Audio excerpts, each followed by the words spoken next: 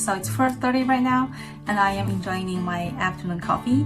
Just about an hour ago, I finished my lunch, which means that I am adapting pretty well to the Spanish lifestyle because Spanish people do not have lunch until 2 in the afternoon. So if you know anything about Spain at all, you're right. The first point that I'm going to talk about is their weird schedule of the day. So most of the people go to work at around 8:30 or 9, which is the same as the rest of the world. And then you see the difference at the lunchtime because I would say most people in the world have lunch at around 12, but the Spanish people, no, they start have lunch at around 2 p.m., which means that they have to work for like 5 hours in the morning. But aren't they hungry? Yes, they are. So their solution is they have this morning snack time, which is called almuerzo, around 11ish, where people have some coffee, some cookies, so that they can keep working until 2. And then they're gonna have a big 3-course lunch lasting from 2 p.m. to around like 5 p.m. And then they start to work again from around 5ish till 8, which pushes back the dinner time. So the dinner in Spain isn't served until like 9 or 9:30.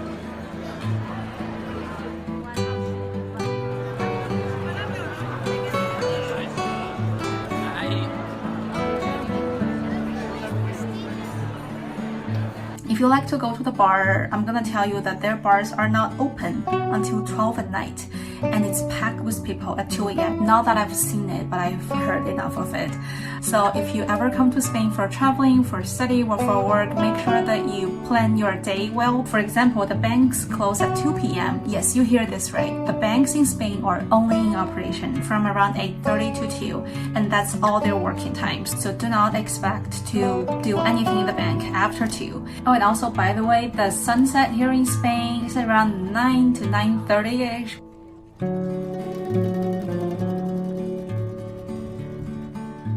The latitude of Madrid is around 40, so geographically, the sunset shouldn't be at 9 or 9:30 at night, which is when people start to have dinner. And you may start to wonder if Spain is hidden in a mysterious corner of the earth which allows it to have more daytime. No.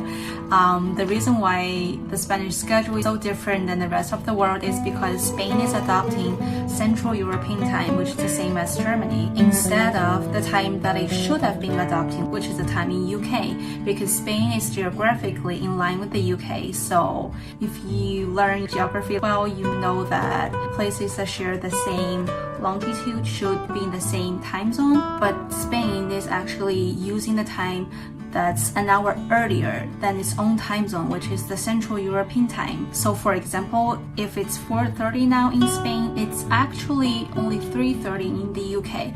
So geographically, Spain should have been 3:30 right now, but because Germany is 4:30, Spain is using this time as Germany. And why is Spain using the time of Germany instead of its own geographic time?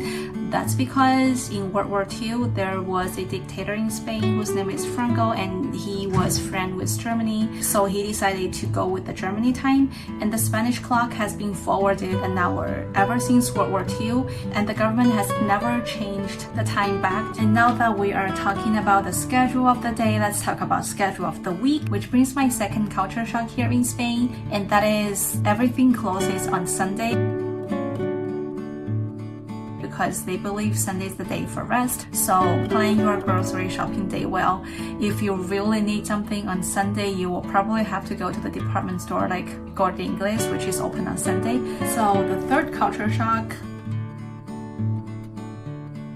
I remember that one time when I traveled to Spain with my parents, we booked an Airbnb place in Madrid, and then the address said that it's the first floor, and we thought that means it's the ground floor. So when we arrived, sort of like in the middle of the night, like 11ish at night, we were trying to open the door with the key that we had, but no matter how hard we tried, we just couldn't open the door. After trying it for a good 15 minutes, there was an old lady who stuck her head out from the window, and she was looking at us suspiciously, and we're like, hey, hello, we're the Airbnb guest here, and she was like, no, there is no Airbnb here.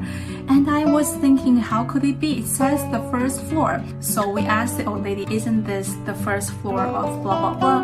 And she was like, the first floor is up there, mine is the ground floor, it's not the first floor. And we felt so awkward because we've been bothering and scaring probably this old lady. If you ever see first floor in an address, bear in mind that's actually the second floor. It's not the ground floor. So in Spain, like the ground floor is called bajo, which is practically the floor zero.